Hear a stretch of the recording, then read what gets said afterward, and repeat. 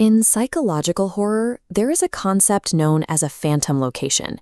It is a predatory anomaly that manifests for one specific purpose: to trap weary, disconnected travelers when their physical and mental defenses are at their absolute lowest. Jack fits the baseline profile perfectly. He is an ordinary man, driving late at night toward a new job, relying on logic and anchored completely in the modern world. Then a heavy storm hits. This serves as the deliberate bait phase. The severe weather kills Jack's phone battery and forces him off the empty roads. The storm creates a total vacuum of external support, effectively stripping Jack of his lifelines. Long before the flickering sign of the Black Hill Inn actually appears in the darkness, the trap is already set. Inside, an old hotel manager greets Jack and presents an immediate, glaring red flag. All the rooms are full, except room number 13. Jack commits a fatal flaw right at the front desk. He laughs, explicitly dismissing the threat by telling the manager he does not believe in ghosts. This flowchart illustrates the 3 stages of a supernatural trap. The entity strictly requires the victim's willful ignorance to proceed, actively engaging what is known as the hubris test. Jack's skepticism provides the entity with the exact permission it needs to lock the snare shut, rendering him a highly compliant target. The entity begins a methodical process of boundary testing, attacking Jack's physical senses. A freezing chill runs down his spine, drawing his attention to peeling wallpaper and ancient furniture. Then comes the first visual breach. While unpacking, Jack glances in an old mirror and sees a figure standing behind him for exactly 1 second before he spins around to an empty room. Jack whispers aloud that it is simply his imagination.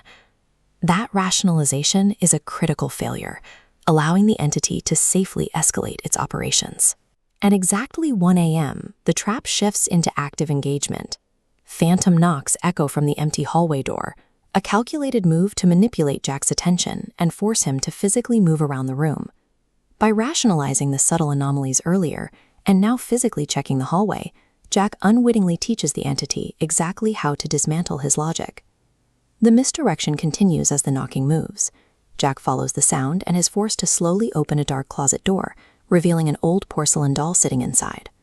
This line graph maps victim stress levels.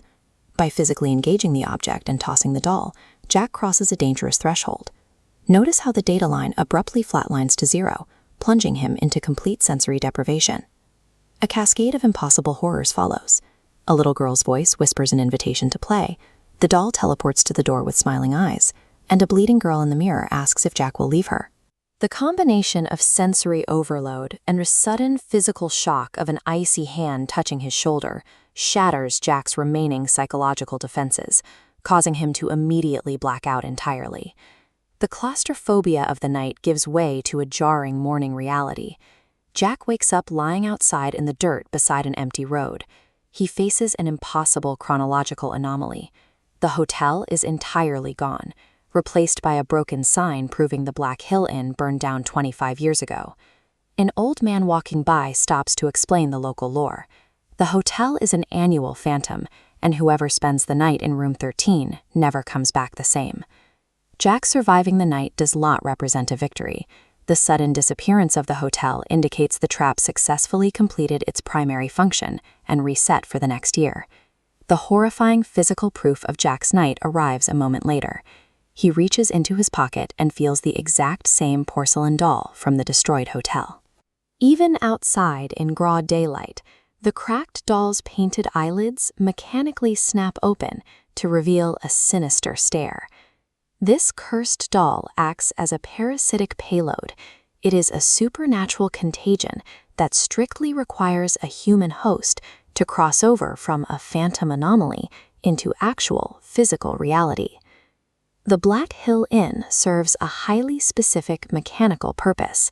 It uses victims' willful disbelief as a vehicle to successfully smuggle its curse out into the real world, turning Jack into its newest vessel.